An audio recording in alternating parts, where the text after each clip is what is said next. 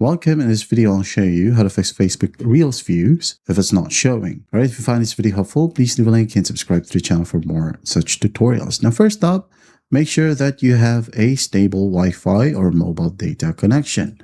And then once that's done, or once you have ensured that you have a stable connection, you got to force close the app, just like so. Wait a bit. And then sometimes when you go ahead and enable airplane mode, just turn it on. Leave it for about 10 to 30 seconds. All right. And then once that's enabled, you can now then go ahead and turn it back off, just like so.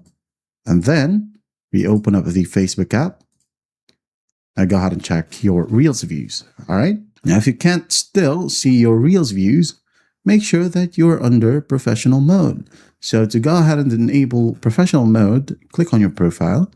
Now go ahead and go to the very top. You'll be able to see 3 dots right here. Just click on it. Now turn on pro mode. Okay. I'm not going to do it. Just basically tap on turn on right here and follow the basic prompts.